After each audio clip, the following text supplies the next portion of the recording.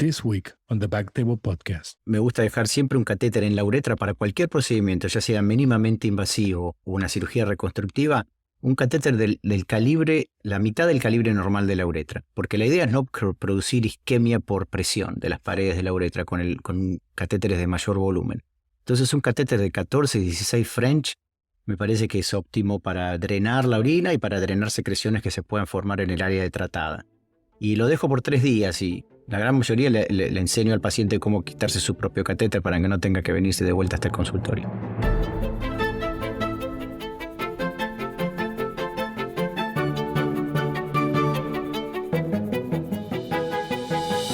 Saludos a todos y bienvenidos a otro episodio de Backtable Urology en español.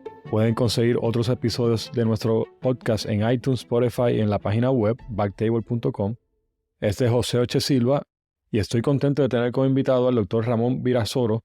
Dr. Virasoro cursó de su escuela de medicina en la Universidad de Buenos Aires. Luego de esto hace residencia de urología en el Centro de Educación Médica e Investigaciones Clínicas. Luego decide ir a una especialidad de cirugía de reconstrucción genitourinaria de Eastern Virginia Graduate Medical School con el Dr. Jerry Jordan o Dr. Gerald Jordan. Actualmente es profesor titular del Departamento de Urología de Eastern Virginia Medical School en Norfolk, Virginia. Además de esto, Dr. Virasoro es el cofundador y codirector de las especialidades de cirugía reconstructiva genitourinaria en Santo Domingo, en la Universidad Autónoma de Santo Domingo. Saludos, Ramón, bienvenido a Backtable. Hola José, gracias por invitarme, la verdad que estoy muy contento. No, pues tremendo y gracias por hacer el approach y ustedes enviarnos el mensaje de que quería ser partícipe y gracias por eso. Definitivamente tiene el entrenamiento con el doctor famoso Gerald Jordan. ¿Cómo fue esa transición de Argentina y venir a trabajar a Estados Unidos? Mira, como muchas veces pasa en la vida y en la carrera de algunos de nosotros en medicina, se presenta la oportunidad como una casualidad. El doctor Jordan estuvo en Argentina con motivo de un congreso nuestro de urología. Y bueno, yo no pude ir a ese congreso porque era residente y saben, los residentes siempre se quedan trabajando en los congresos cuando suceden en nuestra ciudad. Sí. Y entonces mi jefe volvió de escucharlo a Gerald Jordan y me dijo, ¿te vas a Norfolk, Ramón? ¿A Norfolk, Inglaterra? No. Te vas a Norfolk, Virginia. Pero le digo, Héctor, yo ya arreglé todo para irme a España, a la Fundación Puy Vert, a Barcelona. No. Te vas a Norfolk, Virginia porque hablé con el doctor Jordan. Ah, wow. Y entonces le digo, pero Héctor, yo no sé hablar inglés. Bueno, más vale que te pongas a aprender porque te vas para allá en octubre, y esto era mayo. Bueno, y así es como vine en el año 98, vine a rotar con Jordan y me enamoré de la especialidad. Y después, cuando terminé mi residencia, decidí que quería hacer un fellowship y bueno, decidí tomar los steps, ¿no? El USMLE y todo eso para poder venir a hacer el fellowship clínico aquí. Increíble. Así es como terminé haciendo el fellowship. O sea, que fue el director del programa te dijo lo que tenías que hacer. No. ¿Viste? A veces es bueno tener mentores que te promocionen y que te expongan, ¿no? ¿Y en Barcelona también pensaba hacer reconstrucción o la especialidad todavía no la tenía clara? Exactamente, no la tenía clara. Yo pensé que iba a ser un urólogo general y quizás un endourólogo, ¿no? Como la gran mayoría en aquel entonces. La cirugía reconstructiva para mí era todo un misterio porque en mi hospital no se hacía en Argentina. Entonces, pero bueno, fue venir a rotar por Estados Unidos y con el doctor Jordan para enamorarme de la especialidad. Sí, no, y definitivamente pues Dr. Jordan es el que ha escrito la mayoría de los libros y es un pionero en la cirugía reconstructiva de uretra, que vamos a hablar de esto más adelante. Pero quiero que hables más del proceso ese de, pues tomaste los steps, tomaste la licenciatura. ¿Cuán fácil se hace un médico que hace la residencia o la especialidad en su país y venir a Estados Unidos a trabajar?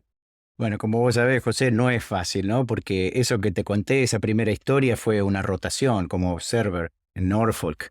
Después me puse a estudiar los steps. Yo ya era un urólogo, ya llevaba 4 años operando, ¿no? Como urólogo general cuando vine a hacer los steps. Así que había pasado mucho tiempo que me había recibido y así todo decidí ponerme a estudiar porque tenía el sueño de seguirme perfeccionando. Y me vine a hacer el fellowship pensando que después de eso era toda mi experiencia, que volví a Argentina y ahí se terminaba todo. Pasé 3 años acá en Norfolk, entre el 2004 y el 2007. Aprendí un montón, como te imaginarás. Y bueno, me volví a Argentina. Y empecé a trabajar ahí. Me inserté de nuevo. Llevó un par de años tener una práctica un poco ocupado, ¿no? Y operaba ya al final, operaba solamente cirugía reconstructiva. Y en el año 2010, como Jordan se retira, me pregunta si quería volver.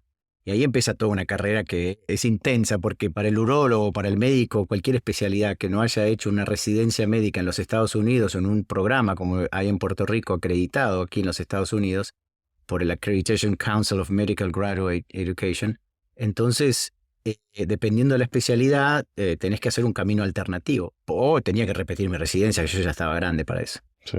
Y bueno, lo que hice fue enrolarme en lo que se llama el camino alternativo, el Alternative Pathway para American Board of Urology, porque la idea era siempre certificarme como urólogo aquí en Estados Unidos. Lo difícil de esto es que el American Board of Urology, el ABU, te exige, si sos extranjero, que primero seas profesor universitario para poder aplicar al examen. Así que primeros años desde que volví a los Estados Unidos en el 2011 fueron dedicados a crecer en la carrera académica hasta llegar al título de profesor. Wow. Y por lo menos tenía un mentor que es el que está de director o estuvo de director del board, que también pues te guiaba. Tuviste esa suerte que te guiaba y te decía, mira, pues haz esto, que eso pues también ayuda. Y actualmente, que ya, o sea, pudieras trabajar fuera de la residencia o todavía te tienes que mantener en una academia. No, yo me mantengo en la academia porque quiero, ¿no? Para los que están escuchando y que quieren animarse quizás a venir a los Estados Unidos, dependiendo de cada estado, vos podés obtener tu licencia independientemente de que seas certificado en tu especialidad o no. Bueno, el estado de Virginia, cuando yo volví en el año 2011, me exigía 4 años de posgrado en un centro que estuviera acreditado por el ACGME. Y como yo ya tenía 3, cuando volví, simplemente tuve que hacer un año extra de entrenamiento y me pusieron como fellow nuevamente. Al año siguiente, ya teniendo la licencia para ejercer medicina en el estado de Virginia, es que estuve trabajando como urólogo y haciendo cirugía reconstructiva acá por los últimos 10 años. Pero vos sabés muy bien que las aseguradoras médicas, los seguros de mala praxis y los hospitales te exigen que te certifiques como en tu especialidad y te dan el waiver por un determinado tiempo. Bueno, a mí me lo dieron por 7 años inicialmente, después lo extendí porque entendieron que mi situación era particular al tener que primero ser profesor. Sí, exacto, que una cosa es lo que el gobierno exige o el estado exige y otra cosa es también, pues, como mencionaste, la aseguradora, el hospital. Y como mencionaste, hay estados que también que es más fácil, por necesidad médica, no tienen urólogos, no tienen otras especialidades y pues se puede hacer un poco más fácil. Pero definitivamente el camino, pues, no es fácil nunca. No.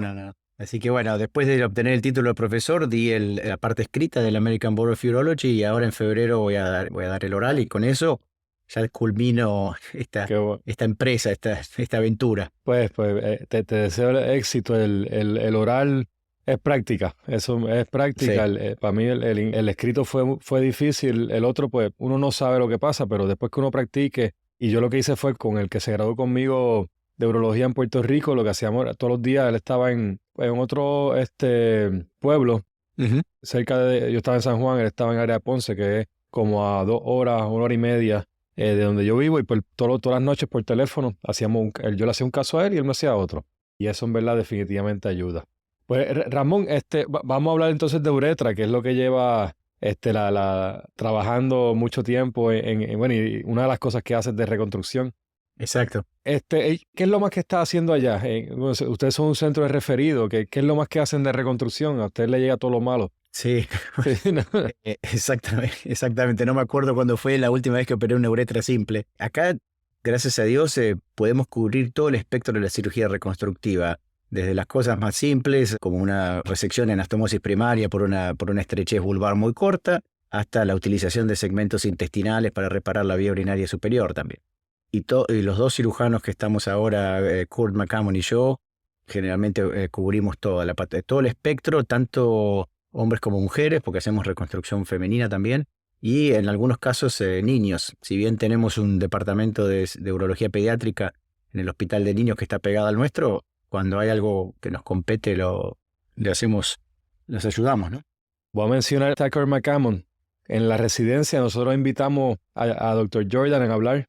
Una actividad que le decimos el regreso a casa básicamente es la graduación de urología de los seniors cuando se gradúan y pues hacemos una actividad y invitamos a Dr. Jordan, pero él envió a McCammon y yo lo fui a buscar al aeropuerto. Ya eso hace mucho tiempo. Sí. Sí, sí. Siempre se acuerda de su paso por Puerto Rico y con Marcial y contigo, sí. Exacto, doctor Walker, Ujú. así mismo, así mismo. Pues Ramón, vamos a empezar, obviamente ustedes hacen muchas cosas complejas, pero vamos a empezar por lo básico. Y ve este paciente que tiene problemas urinarios, le hacen la cistoscopía y ves que el área tiene una estrechez. ¿Cuál es el próximo paso? Porque pues muchos pacientes que yo veo que llevan ya 40 años con problemas urinarios me dicen, no, pues mi urólogo me hacía estrecheces, me hacían dilatación en la oficina. Yo personalmente no estoy haciendo eso, yo lo llevo al hospital, pero cuéntanos qué es lo que se ha visto que es lo mejor. Bueno, sí, como vos decís, la mayoría de los pacientes en todos los lugares del mundo que tienen una estrechez uretral son manejados con dilataciones o procedimientos mínimamente invasivos endoscópicos, porque no hay mucha gente que tenga formación en cirugía reconstructiva y requiere un entrenamiento y requiere una disciplina. Entonces la gran mayoría de los pacientes están manejados en forma mínimamente invasiva. Nosotros en el consultorio nuestro, cuando un paciente nos viene con síntomas urinarios, con sospecha de estrechez uretral, ya sea interrogándolos o por la flujometría, o si bien, también la gran mayoría de los pacientes vienen derivados de nuestros colegas dentro de nuestro grupo o de la región. Entonces, en ese caso, gracias a Dios, tenemos una sala de radiología anexada a nuestro consultorio y yo puedo hacer los estudios de la uretra yo mismo, ¿no? Porque la información que obtenemos en la evaluación radiográfica de la uretra es clave para aconsejar a los pacientes en las opciones que tienen. Y el retrógrado, ¿qué es lo que hacen? Le ponen una sonda de un calibre pequeño y tiran contraste y hacen las diferentes placas de diferentes vistas.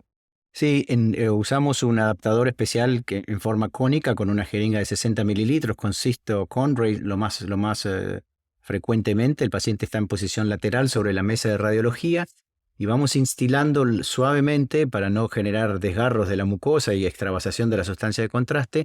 Y no lo hacemos con fluoroscopía para disminuir un poco la exposición a la radiación. Lo hacemos con placas al acecho. Entonces sabemos que la uretra tiene un contenido aproximado de 20 mililitros. Entonces al paciente le decimos que intente relajarse para que no haga mucha presión sobre el esfínter externo y que nosotros podamos instilar en forma retrógrada el líquido. Y al haber inyectado unos 20-30 mililitros, le decimos a la técnica radióloga que dispare la radiografía. Y bueno, si es necesario repetirla, se repite, pero de esa manera mucha menos exposición. Y lo que están buscando es ver cuán largo es esa estrechez, si tiene múltiples estrecheces, ¿qué exactamente te está dando ese estudio? Exacto, la selección del paciente es muy importante, como vos sabés, para poder aconsejar en las opciones que tiene. Entonces, después de haber hecho el interrogatorio donde tratamos de obtener cuál es la causa de la estrechez uretral, que no siempre lo conseguimos, a veces los pacientes no recuerdan haber tenido un trauma cuando eran chicos, pero bueno, como vos decías, la localización y la extensión de la enfermedad es importante, porque eso va a determinar qué técnicas son más efectivas en cada caso. O sea, ¿no? La etiología y la observación, la severidad, la longitud, la localización, si es un tratamiento distinto es en la uretra peniana que en la uretra vulvar y por supuesto en la uretra posterior, ¿no? Entonces, localización y extensión son importantes. ¿A qué paciente le ofrece un tratamiento menos invasivo como una uretrotomía interna bajo visión directa? El paciente que viene a la consulta sin virgen de tratamiento con una estrechez de la uretra vulvar corta de menos de 2 centímetros, a ese paciente le damos todo el espectro de tratamientos posibles, desde dilataciones con balón o con dilatadores secuenciales o una uretrotomía interna bajo visión directa con anestesia o sedación o una reconstrucción uretral. Y se le exponen todos los pros y los contras y va a depender de la edad del paciente, de las comorbilidades que tenga, de los deseos que tenga. Pero siempre que hay un paciente con una estrechez virgen de tratamiento y es corta en la uretra vulvar, les ofrecemos la posibilidad de un tratamiento mínimamente invasivo porque hay estudios que muestran que hasta un 70% de éxito se pueden obtener con un procedimiento. Y nosotros somos realistas que, de vuelta, no hay tantos cirujanos reconstructivos en el mundo y estos pacientes los maneja el urólogo general, ¿no es cierto? Pero distinto es el paciente que ya tuvo varios procedimientos mínimamente invasivos, porque sabemos que el segundo episodio de dilatación o uretrotomía interna tiene un 20% de éxito y el tercero, 0. Entonces a ese paciente que viene recurrente no le ofrecemos eso, sí. Sí, definitivo, y para eso pues están ustedes, están las guías, la Asociación Americana de Urología pues tiene sus guías. Y una pregunta, Ramón, el paciente que se le hace, o sea, ¿qué paciente escoge entre una dilatación por globo, por balón, a una uretrotomía interna ¿Cuál es la diferencia, los pros? ¿Eso es algo que lo hacen en la oficina? ¿Cuál es el beneficio de uno y el otro? No, yo todos estos procedimientos endoscópicos mínimamente invasivos los hago con una sedación en el quirófano, ya sea en nuestro centro ambulatorio que está al lado de nuestro consultorio o un hospital general, y bajo sedación. Yo le ofrezco al paciente los dos, les digo los pros y los contras. Sabés vos que no hay ninguna diferencia en resultados en algunos estudios entre dilatación y balón y uretrotomía interna. Así que se le ofrecen los dos. Yo tengo más inclinación por la uretrotomía interna como primera línea, pero muchos otros urólogos hacen con balón, dilatación con balón. Lo que no me gusta son los dilatadores secuenciales, porque me parece que la dilatación que hace el dilatador secuencial al introducir calibres de tamaño creciente arrastra un poco la uretra. En cambio, el balón y la uretrotomía tienen una dilatación un poco más radial, ¿no? Más controlada. Definitivamente, y es lo que yo he visto por lo menos, que aunque sea que estés dilatando por encima de un wire, de un cable, está empujando esa estrechez y la está posiblemente haciendo más larga y la cicatriz pues peor a largo plazo. Esos pacientes que le está haciendo un procedimiento menos invasivo, ¿le dejas catéter? ¿Por cuánto tiempo le deja? ¿El tamaño del catéter hace diferencia? Sí, claro que sí. A mí me gusta dejar siempre un catéter en la uretra para cualquier procedimiento, ya sea mínimamente invasivo o una cirugía reconstructiva, un catéter del calibre, la mitad del calibre normal de la uretra, porque la idea es no producir isquemia por presión de las paredes de la uretra con catéteres de mayor volumen. Entonces un catéter de 14, 16 French me parece que es óptimo para drenar la orina y para drenar secreciones que se puedan formar en el área de tratada. Y lo dejo por 3 días y la gran mayoría le enseño al paciente cómo quitarse su propio catéter para que no tenga que venirse de vuelta hasta el consultorio. Por eso ahorita menciona al doctor Marshall Walker. Nosotros pues siempre, Sí, él nos enseñó a eso mismo, a ir con un calibre más pequeño y menos tiempo. Nosotros pues, pensábamos que mientras más tiempo se quedaran con el catéter más grande, pues eso expande la estrechez, pero como muy bien mencionaste, pues eso causa problemas en la vascularización y puede entonces hacer que esa área pues no sane. exactamente. O sea que definitivamente pues ahí tener alguien, un reconstructivo en una residencia o cerca en la comunidad, pues siempre es bueno. Sí. Y entonces, Ramón, ese paciente que pues tiene una estrechez más grande, más de 2 centímetros, que le dice, mira, pues podemos hacerlo una menos invasivo, pero la probabilidad es que cada varios meses tenemos que hacer esto. ¿Qué opciones le ofreces? ¿Qué le dice al paciente? ¿Hay que hacer atomosis primaria versus poner un parcho ya con mucosa? ¿Cómo tomas esa determinación? Muy buena observación, José, porque sí, el paciente que tiene una estrechez ya un poco más grande del 1,5 cm, 2 centímetros, va a depender un poco de la localización. Como características anatómicas de la estrechez, son importantes, como decíamos antes, la localización, la longitud y la cercanía al esfínter, ¿no? Entonces, suponiendo que tenemos un paciente con una estrechez de la uretra vulvar de causa desconocida, posiblemente traumática durante su infancia, y en los estudios radiológicos vemos que tiene aproximadamente 2 centímetros, 2,5 centímetros, a ese paciente lo aconsejo en las técnicas de cirugía reconstructiva. Y le digo que vamos a hacer todo el esfuerzo de hacer una anastomosis primaria, porque me parece que la anastomosis primaria es el estudio que tiene el tratamiento que tiene mejor sentido, porque uno está resecando la porción enferma de la uretra, la estrechez de la uretra de la mucosa con todo el tejido espongiofibroso que lo circunda, y está haciendo de vuelta una anastomosis de tejido natural contra tejido natural, tejido de la uretra contra tejido de la uretra. Entonces, si tenemos en cuenta que resecamos toda el área de la cicatriz y ponemos de vuelta los dos cabos unidos con uretra sana, mucosa sana y tejido esponjoso sano, esa cirugía tiene un éxito muy alto.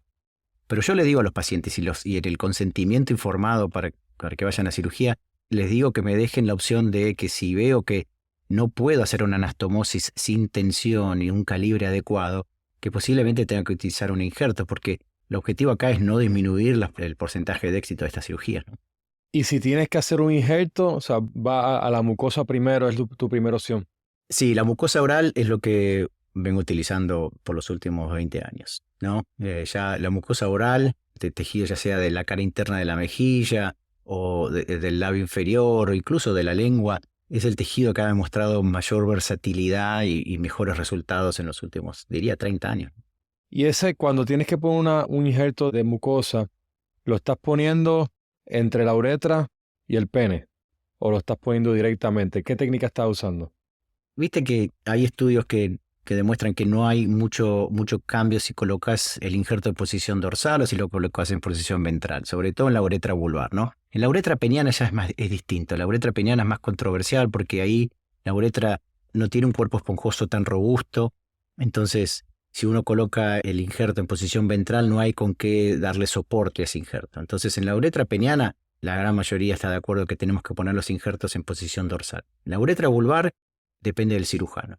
Yo, por mi formación y porque me parece que tiene sentido, me gusta colocar el injerto en posición dorsal contra los cuerpos cavernosos en la zona de la crura, fijarlo bien, que quede bien expandido, que quede bien presentado sobre el lecho, que de alguna manera es lo que lo va a nutrir en los próximos días, en las próximas semanas. Y esos pacientes, Ramón, que le hacen la reconstrucción, que van a tener alguna pérdida de sensación, pérdida de erección, o sea, cuando lo tienes que aconsejar, ¿qué le preocupa a estos pacientes? Los que quieren orinar y ya sin tener problemas, o sea, ¿cómo es esa conversación con esos pacientes? Esto que me preguntás es muy relevante porque en los últimos 10 años hay toda una movida en cirugía reconstructiva de la uretra tratando de preservar la mayor cantidad de los tejidos nobles del lugar, ¿no? Entonces, el doctor Jordan, mi maestro, en el año 2007 propone la técnica de resección en anastomosis primaria con preservación de vasos sanguíneos, el famoso Vessel Sparing EPA, ¿no? Excision and Primary Anastomosis. Eso revolucionó completamente el terreno de la cirugía reconstructiva uretral, porque hasta entonces todo el mundo transectaba la uretra en el medio confiando en la vascularización dual del cuerpo esponjoso.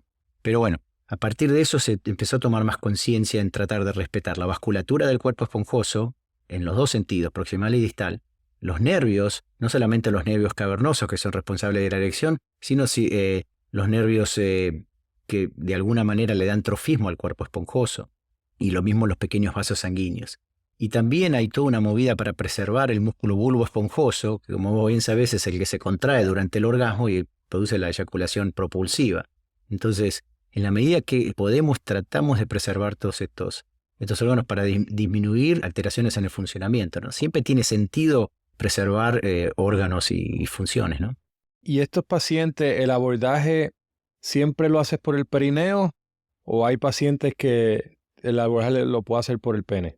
Sí, los pacientes que tienen una estrechez localizada en la uretra peniana, siempre es mucho más accesible y menos traumático abordarlo por vía peniana, ¿no? Cuando está desde la unión perineoscrotal hacia distal, hacia el meato, tiene más sentido un abordaje con el paciente en posición supina por la línea media, por el RAFE.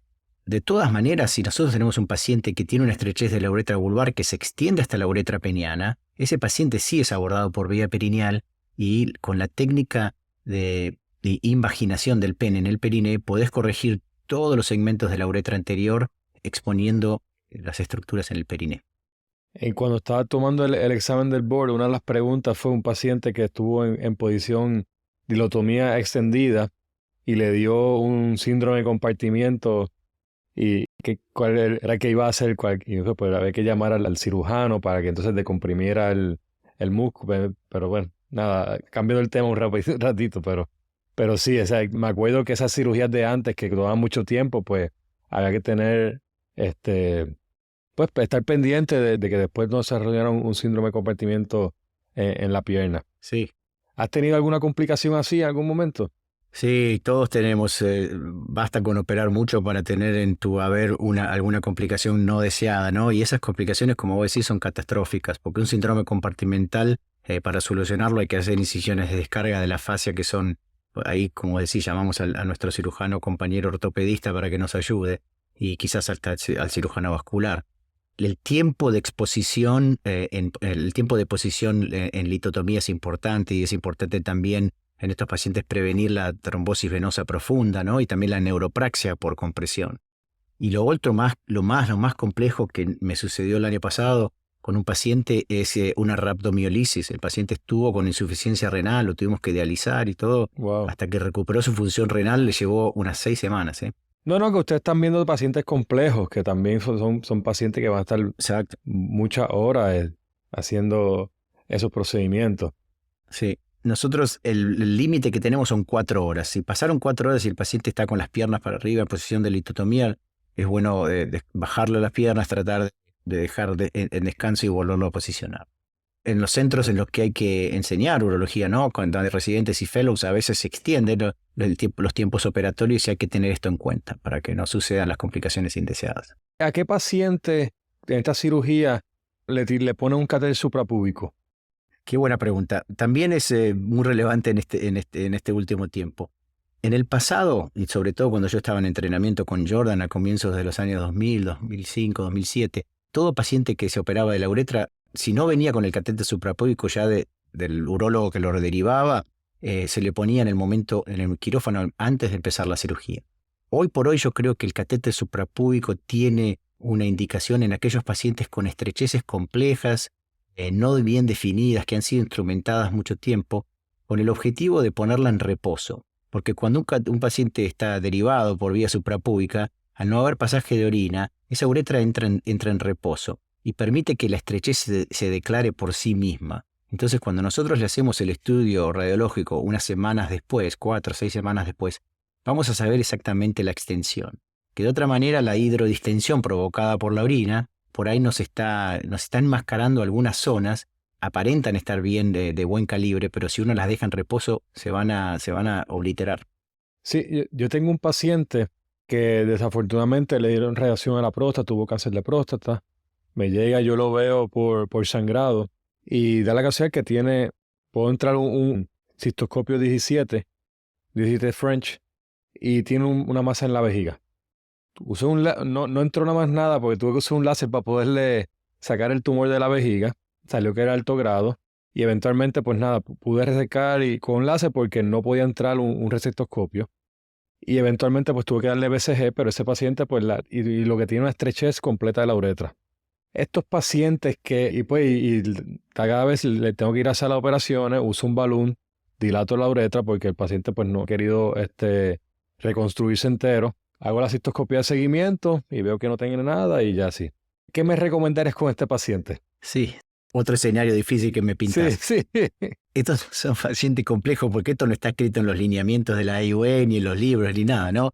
Esto es un poco de tu experiencia y tu criterio, pero de vuelta, involucrar al paciente en la discusión, ¿no? Y cuáles son los objetivos del paciente, qué es lo que está esperando el paciente.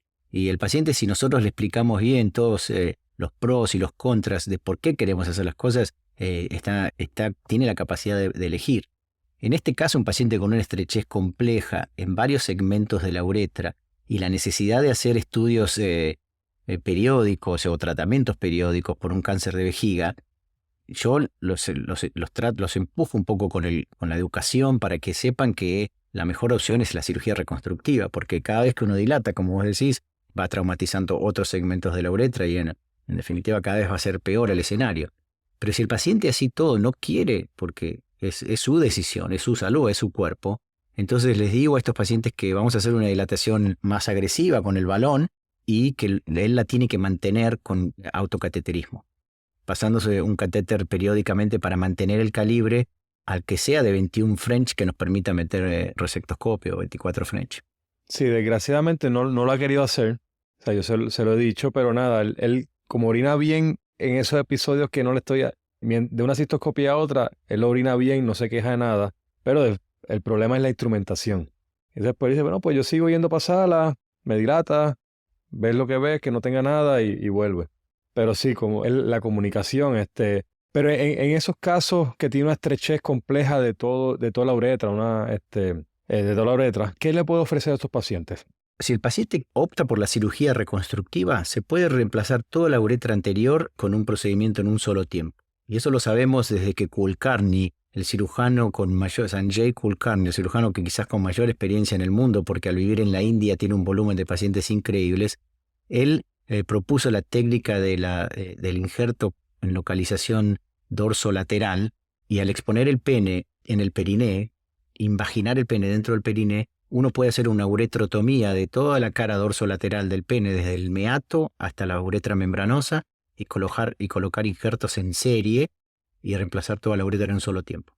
Otra opción sería la uretrostomía perineal, ¿no? Porque este paciente, si está dispuesto a orinar sentado, Entonces la ureterotomía perineal te permite un acceso casi más directo para hacerle todos los seguimientos que le tienes que hacer por el cáncer de vejiga.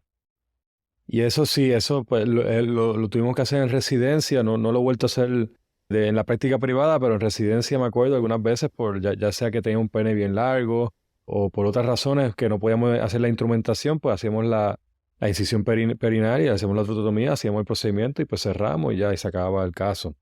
Pero sí se lo mencioné una vez, pero pues no quiso y pues está feliz ahí ahora. Pero entonces, Ramón, estos pacientes que le ofrece algo así extendido, le sacan mucosa de la boca para todo ese injerto. Todo el pene va con eso.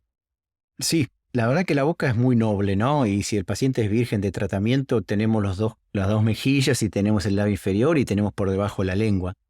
Y de ahí hay una punibilidad de tejido muy grande. Distinto es el paciente que ya fue de alguna manera operado y se ha cosechado un injerto de alguna de estas zonas anatómicas que te nombré.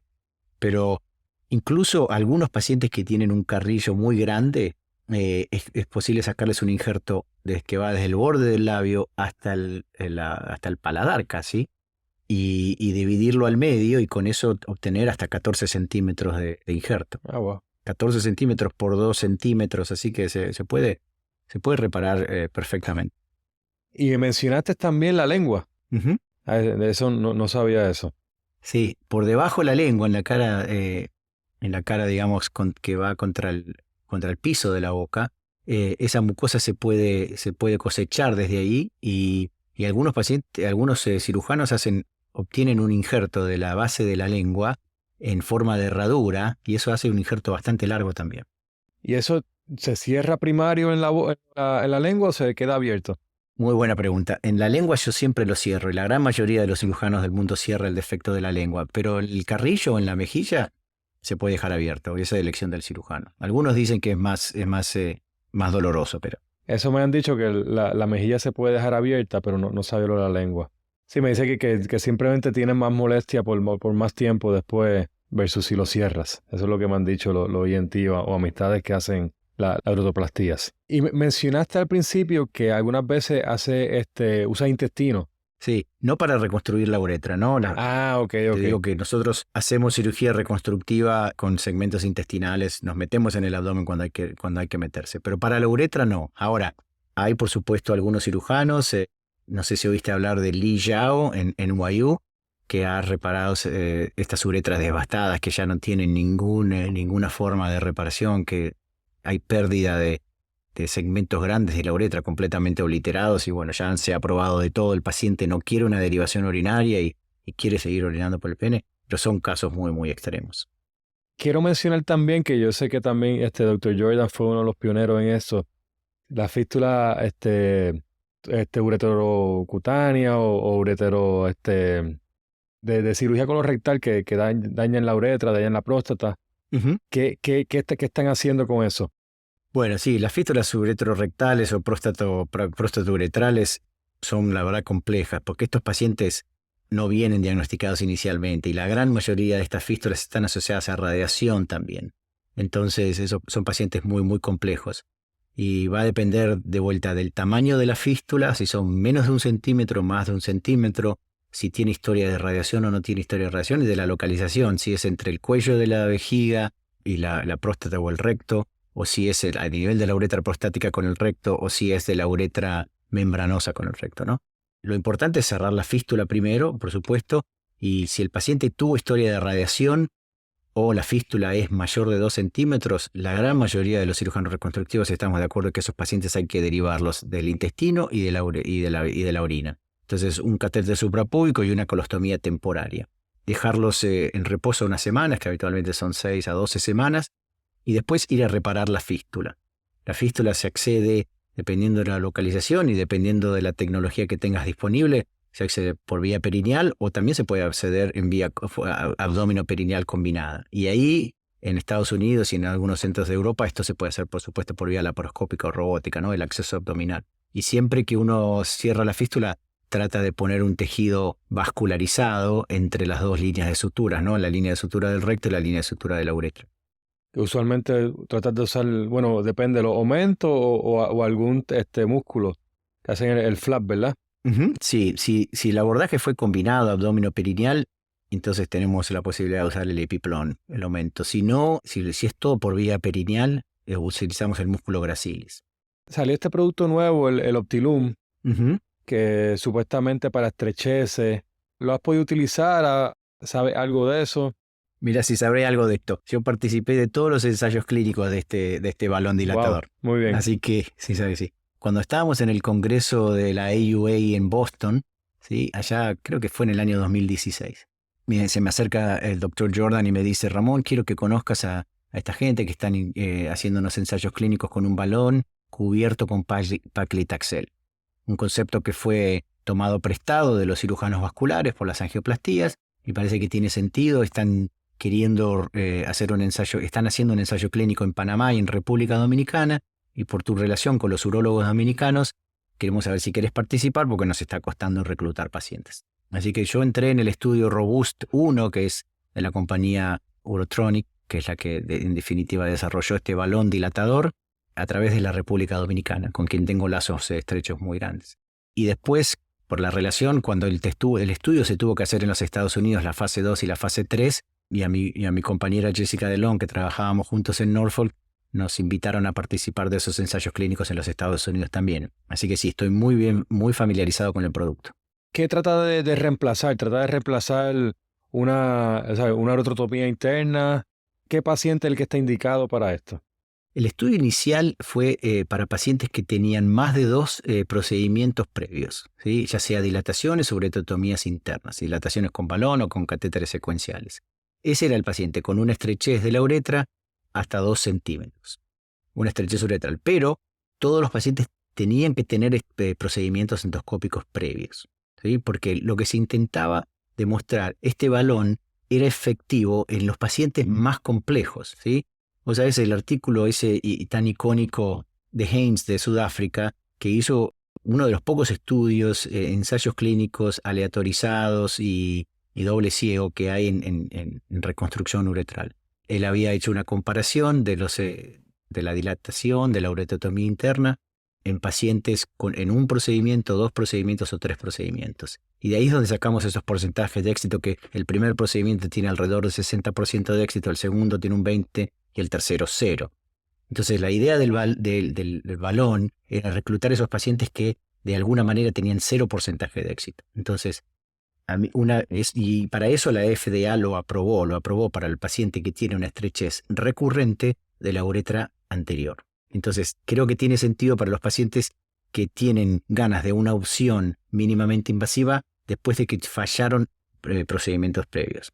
Antes de entrarle a una uretroplastia conformal, pues tienen ese chance a ver si funciona. ¿Y cómo están los resultados con eso? Por ahora los resultados están muy bien. Ya llevamos 5 años con el estudio piloto del Robust 1 en la República Dominicana y Panamá, y el porcentaje de éxito hasta el momento es del 73%. Y lo llamativo que en el Robust 2 y en el Robust 3 que se hicieron en Estados Unidos y Canadá, también se mantienen los mismos resultados, tanto a nivel anatómico, o con mantener la luz, como también la cuestionario de síntomas, ¿no? En los 3 estudios son muy similares. Y una buena alternativa para urólogos generales que entonces tienen algo adicional para ofrecerle a este paciente menos invasivo para estrecheces pequeñas que ya fallaron una uretrotomía. ¿Y se pudiera hacer desde la segunda en adelante o hay que esperar a fallar 2 uretrotomías? O sea, por lo menos, ¿cómo es el FDA lo aprobó para después de 2? No, lo podés utilizar incluso en pacientes que tienen una estrechez virgen, siempre y cuando el paciente sepa Ok.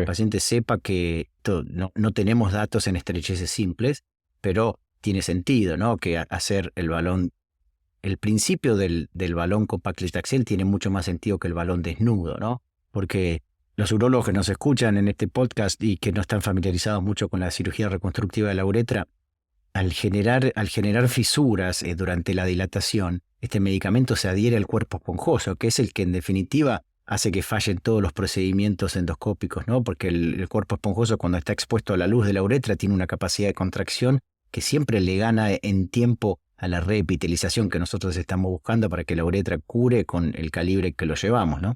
Entonces, el paclitaxel, al ser un antifibrótico que se adhiere al tejido del cuerpo esponjoso y está presente al menos 28 días en los estudios animales, lo hemos comprobado.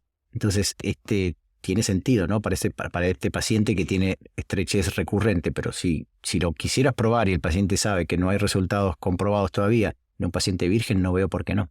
¿Y crees que esto va a tener resultado yo sé que con los cardiólogos se han puesto stent por todos lados, o sea, y antes era una estrechez, o sea, una estrechez pequeña en la arteria, si no se operaba, y ahora cada vez ponen más stent, más stent. ¿Ve eso ocurriendo en la uretra? Yo creo que como todos los métodos innovadores, en algún momento va a encontrar su meseta, ¿no? Y de a poquito vamos a ver cuál es la indicación más precisa. Una vez que el producto se empezó a comercializar, ahora se está empezando a usar en forma masiva en Europa, en algunos países de Latinoamérica y en Estados Unidos. Y con la experiencia y con los resultados que vamos a ver publicados, vamos a ver dónde va a terminar siendo la indicación más precisa.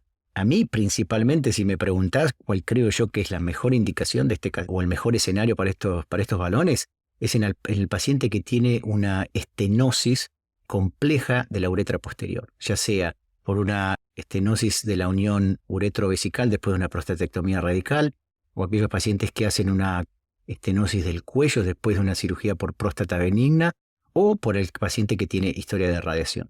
Esos pacientes que son un dolor de cabeza para todos los urólogos, no solamente los reconstructivos, esos pacientes podrían andar muy bien y es uno de los objetivos de la compañía que desarrolló el balón Optilum, hacer un ensayo clínico con esos pacientes, complejos también. Interesante eso. Pues Ramón, vamos a hablar, yo creo que ya, ¿hay algo que quiera añadir a la uretra? No, me parece que podríamos pasarnos toda la noche hablando de la uretra, pero creo que hemos tocado un poco de todo, ¿no? Pues mira, quiero tomar la oportunidad y también hablar, tiene una fundación. Uh-huh. Cuéntanos de esa fundación, qué es lo que está haciendo. Bueno, gracias por permitirme exponer esto, porque la verdad que es una de las cosas que más orgullo me da. Te comenté anteriormente que tenemos una relación muy estrecha con la República Dominicana, porque es ahí donde comencé a hacer misiones humanitarias y misiones de entrenamiento en cirugía reconstructiva por el año 2013. Entonces, en aquel entonces yo era un educador médico de una organización que se llama Physicians for Peace, Médicos por la Paz. Physicians for Peace está basada acá en Norfolk, en Virginia.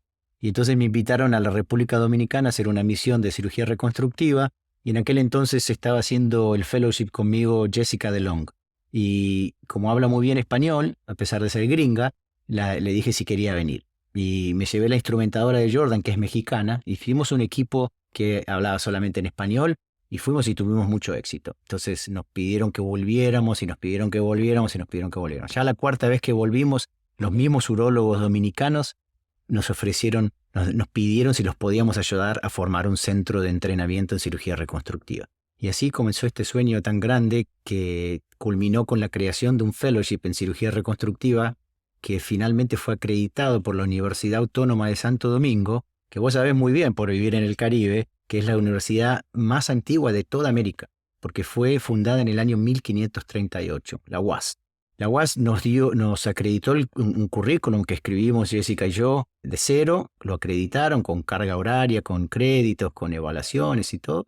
Y entonces empezamos a entrenar a urólogos. Hicimos una selección, el primer urólogo se llama Wellington Ledesma, el de Santo Domingo, en el Hospital Moscoso Puello. Como no había urólogos reconstructivos en aquel entonces formados formalmente en República Dominicana, lo mandamos a Argentina y a Chile, a que expusieran la cirugía ahí.